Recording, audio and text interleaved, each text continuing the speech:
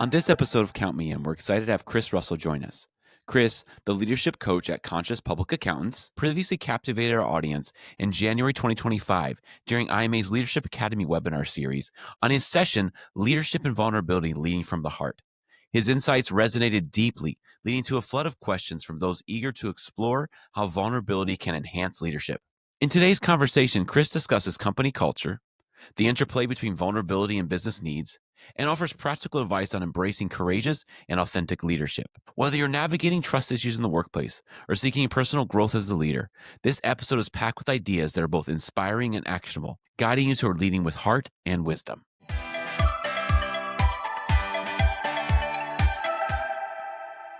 Kris, thank you so much for coming on the Count Me In podcast today. I'm really excited to have you on. And for those who don't know, back in January of 2025, we had you on our Leadership Academy webinar series. And the title of that webinar was called Leadership and Vulnerability Leading from the Heart. And it was very well received by our audience. And we had so many questions coming in from the audience that I asked you, said, hey, would you want to come on and to the podcast and kind of dig a little more into the topic a little bit more?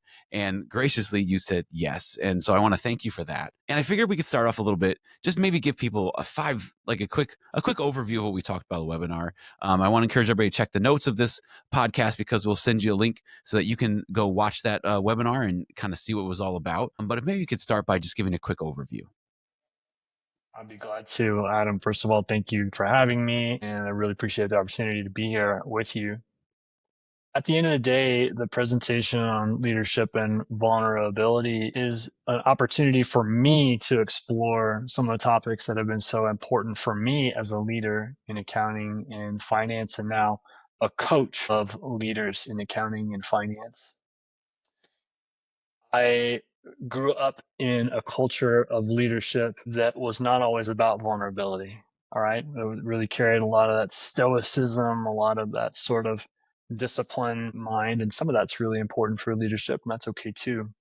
But I found in my own experience that as I was able to embrace vulnerability as a leader, number one, my quality of life was impacted tremendously. I was a happier, more engaged person at work.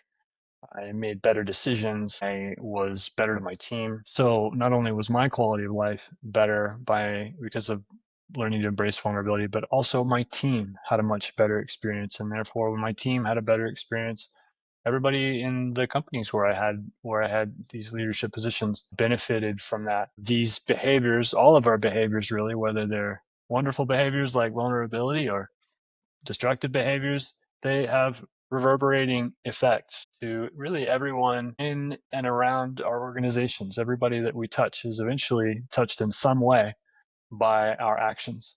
And the more that we can embrace and cultivate actions that are authentic and really lift us up and lift up others and help us to be more open and honest with ourselves and others, I think the better our workplaces can be. Yeah. Kris, I really appreciate you giving that overview and that understanding. And when you were presenting during the webinar, one of the things that I noticed from the audience was a lot of questions about company culture. People were really reflecting on themselves. They're also reflecting on how they interact with their bosses. And so one of the big things that, I kind of combined a couple questions together. Somebody was like, they were asking, what is your take on company culture in general?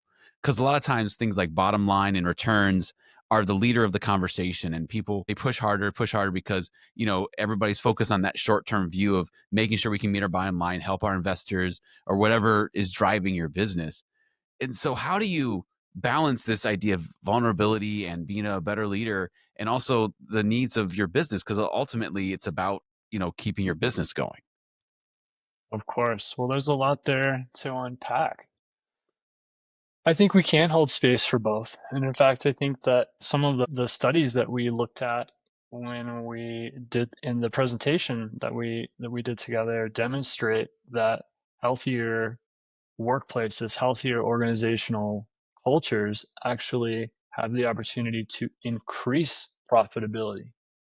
That when people are engaged and they feel a part of the team and they feel energized and they feel a strong sense of trust, mutual trust between employee and employer, that actually has real life implications for a company's profitability. So I think these things are actually that they actually go hand in hand.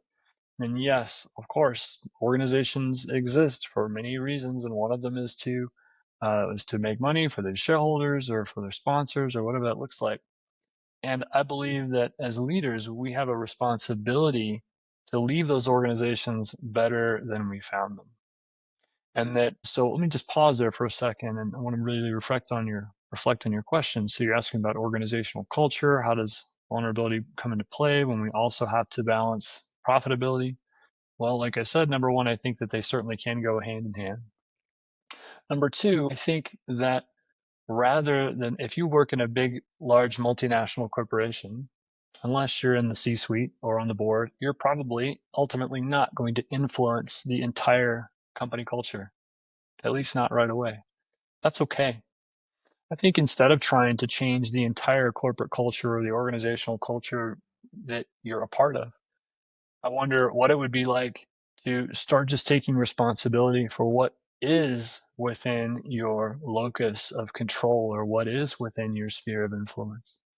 If you work for a blue chip Fortune 100 company, no, you're probably not going to influence the entire culture. Certainly not right away. But can you make small changes in the way that you interact with your team, in a way that you interact with your vendors, your suppliers, any of the people that your organization touches? Imagine just what some small effort there could do and having a ripple effect on your quality of life and the people that you engage with, even if it feels very small at first. If we think about just a 1 or 2 degree shift over time, that adds up tremendously. I'm going to pause there for a second. How does that resonate with you?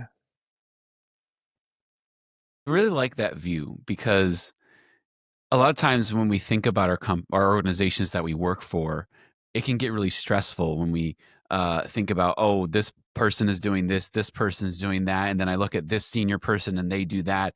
Can I do?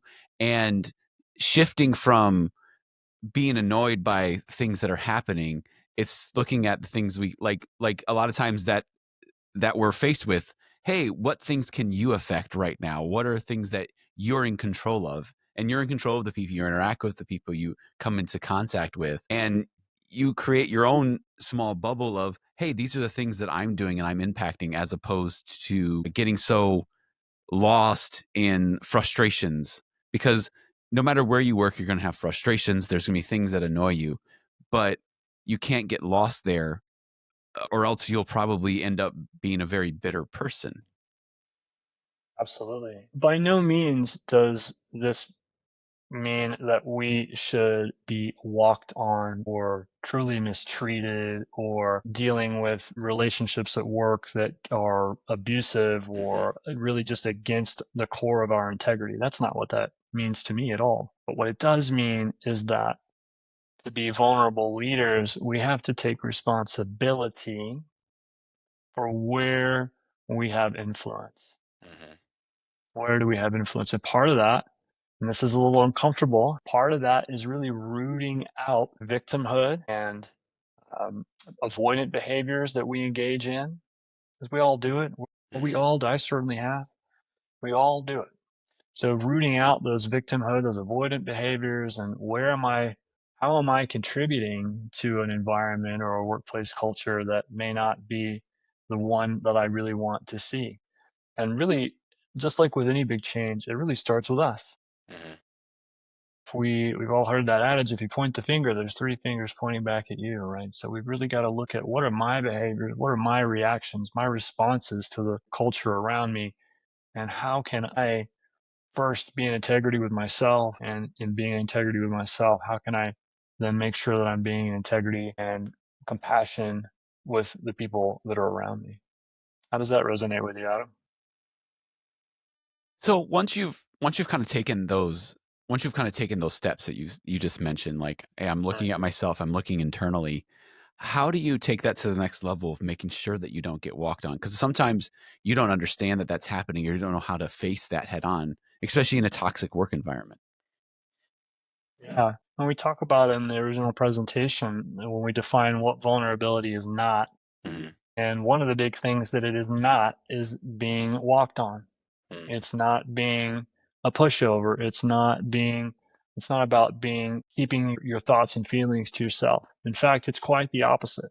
It's really being firmly grounded in what we believe, in our integrity. You'll hear me use that word a lot, in our personal values, our core values, really understanding what those are and being aware when those values or that integrity is either being mistreated, or is being that what we're doing or the culture that we're part of is somehow not in alignment, or even more often is the case when our own actions are not in alignment with our personal values, our integrity. So I would say that it just comes back to continuing to, number one, know and understand ourselves. What are our values? How do we know what's important to us? What are the things that we're willing to give on? What are the things that we're not willing to compromise on because it's just too important, especially if it's a matter of personal integrity? And so it's actually really healthy for us to do things like we talked about during the presentation, for example, setting boundaries. Mhm. If we aren't setting boundaries, we can't expect other people to follow them, right? It's actually up to the person who sets the boundary to make sure that other people follow that boundary and respect the boundary. So there's a lot here. Again, for me, this continues to look inward in cultivating the person that I want to be, not just as a leader, but as a human being. And how does that person show up? Where am I maybe even walking on myself? At the end of the day, there's not just one of us, there's parts of us. We have multiple parts. There's the part of us that wants this, and there's the part of us that wants that, and there's the part of us that yearns for this, and the part of us that needs that. So what parts of us are we maybe walking all over and not ignoring and respecting? Again, I think it just always comes back to starting with us, and that look inward into the deeper self, and really working on ourselves first and foremost. Because only when we can stand in our own integrity and know what we need and what our boundaries are, can we set a boundary and not be walked on by somebody else. That makes me think, when you have your own boundaries and somebody has their boundaries, how do you kind of mesh together when your boundaries are different? Mm. Yeah, what a great question. And of course, this is inevitable, right? Different people have different needs and different desires, and that's, I think, to be celebrated and embraced. Maybe the one of the key ways to make peace with this is to name it. I talk a lot with my clients about just naming the pink elephant in the room. Adam, if you and I had very different expectations about how we were going to run this podcast today, if we pretended that those didn't exist, we would not be able to have a successful experience today. And we would need to come together and be open and honest about what we're experiencing. That doesn't mean that we need to be nasty or vindictive or anything, but it can mean, hey, this is the truth I'm experiencing right now. And I sense that your truth is different, and we need to meet here in the middle. Where can we find some common ground here and work to compromise and not ignore the fact that we might have some differences in our boundaries? Because I would imagine that in almost every case, if we're able to do that, we're able to come together in openness and honesty about what those different boundaries can be. We actually have a lot to learn from each other and a lot to grow through in going through that experience together. And when you and I can have that conversation and be open, even if there is a power difference, I can almost guarantee that we're going to come on the other side of that in a stronger way, even if there is some healthy conflict along the way. Yeah. So there's a term you used during the webinar called invulnerable. And I know everybody's heard the word vulnerable. So maybe we can just do a quick definition of what is invulnerable versus what is vulnerable, just so our audience can understand and we can kind of continue the conversation, really. When in the context of vulnerability and leadership, when I think of invulnerability, I'm really speaking about behaviors that keep us closed off, where we're not communicating our needs, where we are doing things that lead us to feel small or unengaged or disrespected, walked on, as we just spoke of, or when we are not letting our light shine. We all have these really tremendous gifts that we're born with or we develop over time.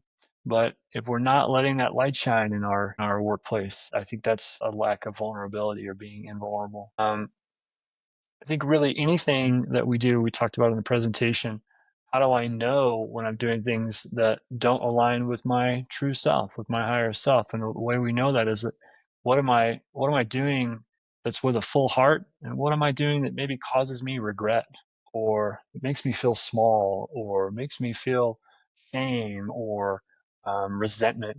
And those are really big red flags to help us just be aware of behaviors that we all do, that are really that opposite, that antithesis of being a vulnerable leader. I'm going to pause for a second. I'm happy to talk more about it, but does that make sense? I think it does. I think we have to get it's one of the vulnerability or vulnerable is one of those words you have to kind of get the big old elephant out of the room. People see that word and Yeah. they think, oh, it's just somebody who can't stand up to anybody. It's this or it's that. There's a lot of assumptions made about that word.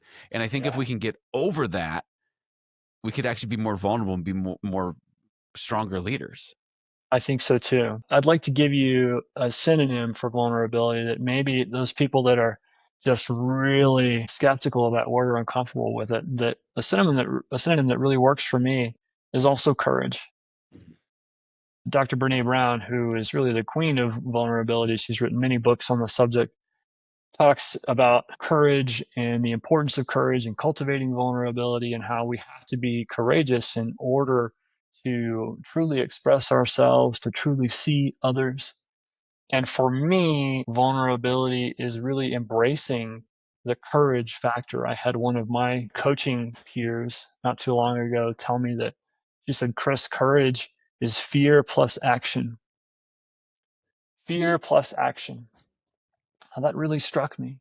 That means that I can't be in a space of courage without having fear present. It's simply not possible because by definition, courage requires us to be overcoming fear, to be working with fear. And so that fear of showing ourselves, fear of being seen, fear of having other people know what we're experiencing, or maybe even the fear of seeing and having compassion for others, all of that is real and it's okay. And we can still work to have to attack that courageously, to work with it instead of making it the enemy, just to be there with it and be present. So I think that's actually, we don't have to use the word vulnerability. We can use it, pick another term. But what it does, vulnerability for me in this context is not about weakness in any way. We mentioned a quote during the presentation. I'll see if I can get it right, by philosopher Chris Jammy. He says that to be vulnerable is to share your weakness, and to share your weakness is to show your strength. These things go hand in hand. So you mentioned knowing your authentic self and something doesn't align to your authentic self. And one of the things I think I asked you something similar to this during the live event because, how do you know what your authentic self is? And then how do you know that it's good?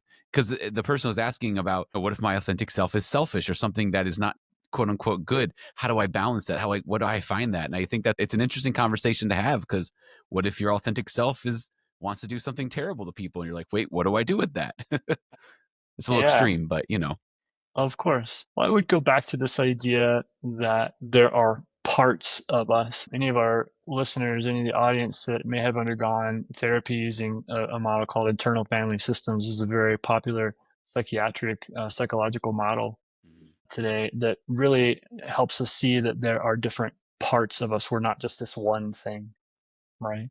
So there are parts of us that are fearful. There are parts of us that are courageous. There's parts of us that are vindictive and nasty. And there's parts of us that really are display a beautiful role model of the human spirit. Those are all present within us. And the goal of our own work is not to ignore those parts or shame them.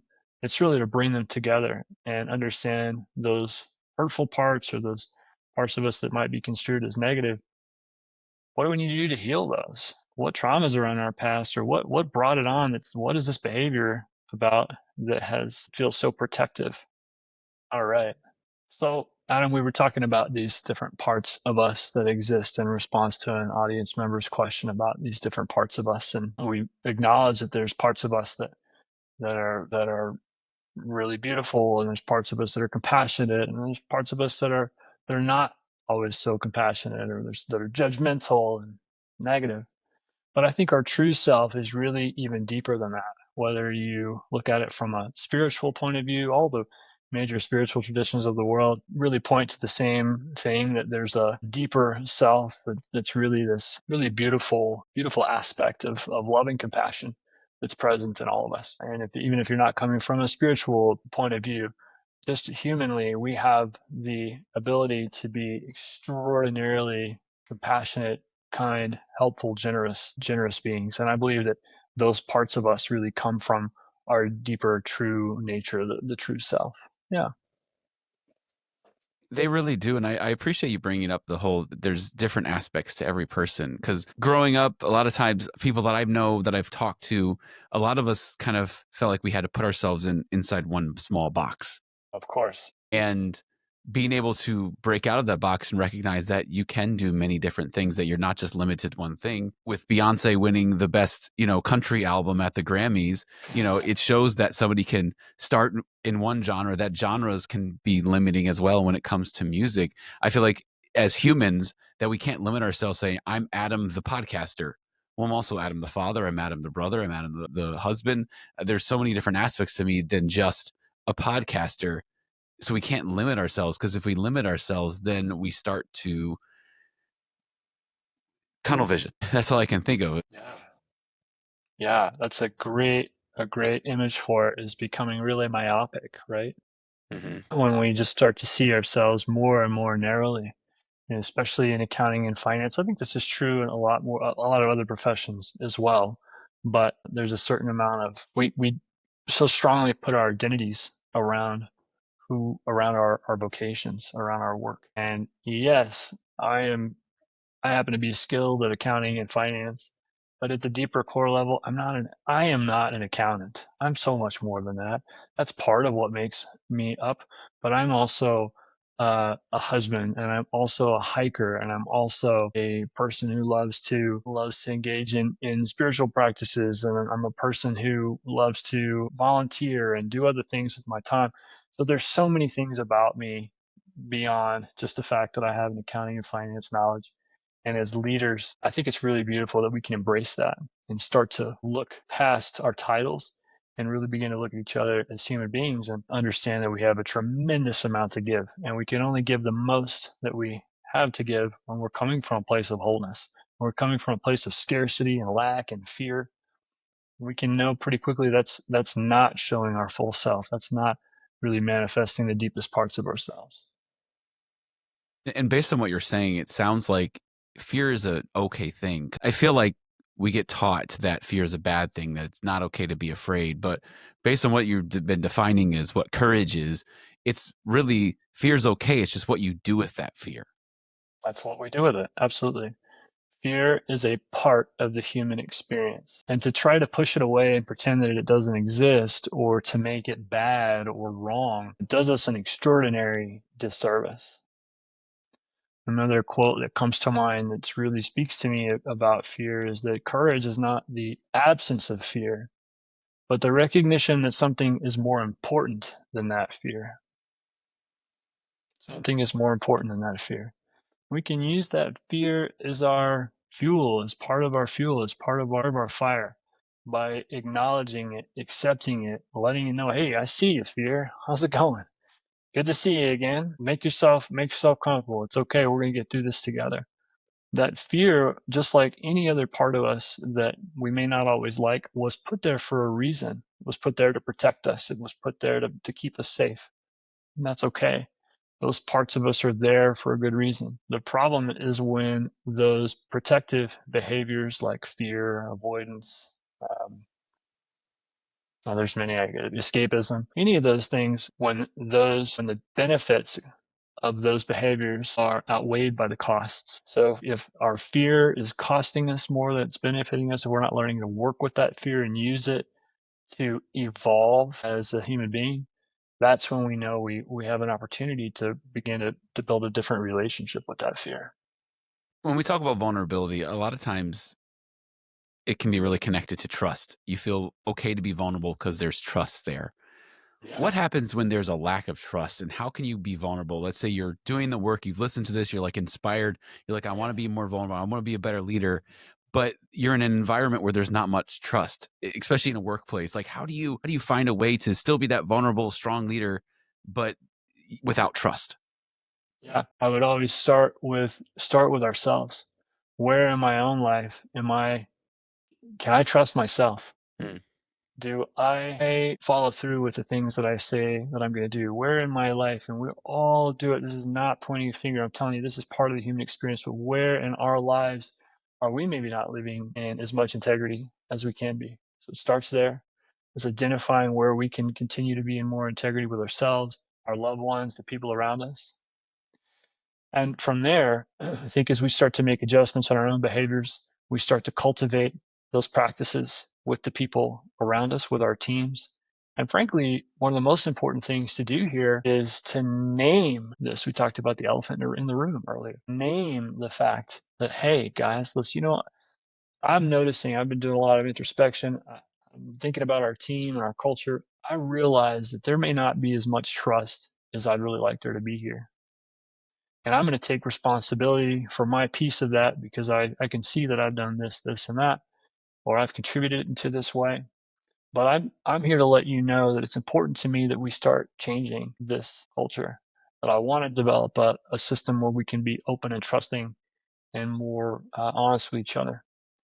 And just start there and see what happens. It's amazing what happens. You talk about vulnerability. I mean, that's courage to walk out in front of a team or your boss or your boss's boss or whatever that looks like, your investors, and say, you know what? I think there's some opportunities here for us to build trust. If that doesn't take courage, I don't know what does. And that's how this courage and vulnerability walk hand in hand. So yeah, I think there's something to be said about really owning it in ourselves first. Where am I? Where could I live in more integrity, deeper integrity with myself? And then naming it, being really out in front of it and taking responsibility openly with the team for what we can, and start the ball rolling. Just get these conversations going. It's almost like when you have that conversation, that builds a level of trust just automatically right there. Absolutely. When you're open like that, people are like, "Oh, okay, this is the Yeah. type of culture. Cool." This is the type of culture. Yeah, absolutely. I mean, I don't know if you've ever had the experience of growing up, if your parents made a mistake. I mean, if they ever made a mistake and then really came and owned it. What an experience that was. Can you think of anything like that in your past? It's I'm not sure. I can't remember that really happening, but I can say that I've tried to do that with my children because as a person growing up, I didn't see that very often where an adult would come and say, "Hey, this is on me." Yeah. And that may have happened, but I don't have memory of anything that really stuck with me, so I'm not sure that it did. Yeah. Well, I bring that up just because, but if you're seeing it as a parent, if you're engaging in that kind of behavior, I'm just curious, when you've done that, how has it shifted the relationship with your children? I hope that, I don't think that my kids listen to this podcast, but I hope that it has been a positive influence on them that they see that, hey, I'm willing to admit when I'm wrong. And so when I'm pushing you to say, hey, be honest with me, it's okay to admit that you're wrong. And I Yeah. want to kind of find that balance, but also just willing to just be okay with, hey, I messed up and I made a mistake and I'm sorry. Yeah, absolutely. And we talk a lot about how, as leaders, we are inescapably accountable for our actions. Yeah. And sometimes the most powerful thing that we can do is to display our humanness and display to be able to say, listen, I'm taking responsibility for parts of this situation that I could have done a lot better. And I want you to know it. It's important to you, my team, my boss, my whoever, my peers, whatever. It's important to you, to me, that you know that I have a part to play in this. And here's what I'd like to do differently going forward. Will you help me? Can you help me walk in a different way with you in this relationship? Can we work together to cultivate a different space here, a different way of being? There's Archbishop Desmond Tutu, who was a Nobel Prize winner. He talks about forgiveness. He says anybody who says forgiveness is easy hasn't tried it. And I think the same thing with vulnerability is true. That anybody who says it's easy or that it's somehow weak hasn't tried it. That really the courageous parts of us are there waiting for us to step into our own. Yeah. Well, and we've all seen the opposite example of leaders who are not willing to take accountability, who everything that happens, they blame everybody else but themselves. And you can kind of see what that brings. And I don't think there's many people who would want that type of atmosphere, that type of place to work in, because it could become very toxic, because no matter what happens, if you try to take ownership of something, then suddenly, oh, I can't take ownership because I'll get thrown under the bus and all these different reparations will happen. Absolutely. And it doesn't mean that we have to show all of our cards all the time as leaders. We can't do that either. That's not a part of vulnerability. We talked about in the presentation this side. We spoke with Brene Brown earlier. She has a story in one of her books about a startup CEO who came to her and said, "Look, I'm really in over my head, and I think I'm going to tell my investors and my employees that I'm in over my head." And she said, "That's probably a terrible idea. Number one, you'll never get funded again. But number two, much more importantly, you're going to be putting these employees' livelihoods at risk. These are people who've risked a tremendous amount to work for you. Hmm. But you absolutely have a responsibility to communicate this to someone you trust, someone who can help you through this situation and walk hand in hand with you through what was a very challenging situation." It's not about showing all of our cards all the time, but it is about taking ownership and responsibility for where we have room to grow. And when appropriate, sharing that with people who can help us. Well, and I think it's very important, to have, like, it makes me think of mentorship and finding peers that we can kind of chat with and kind of bounce ideas off of, Mhm. whether it's a mentor-mentee relationship or just a peer-to-peer relationship, and how important that is to not be closed off. Because a lot of times as a leader, it's kind of lonely at the top. It is. It certainly can be very lonely. Of course, as a coach, I'm partial to professional coaching, but that of course doesn't have to be the only outlet.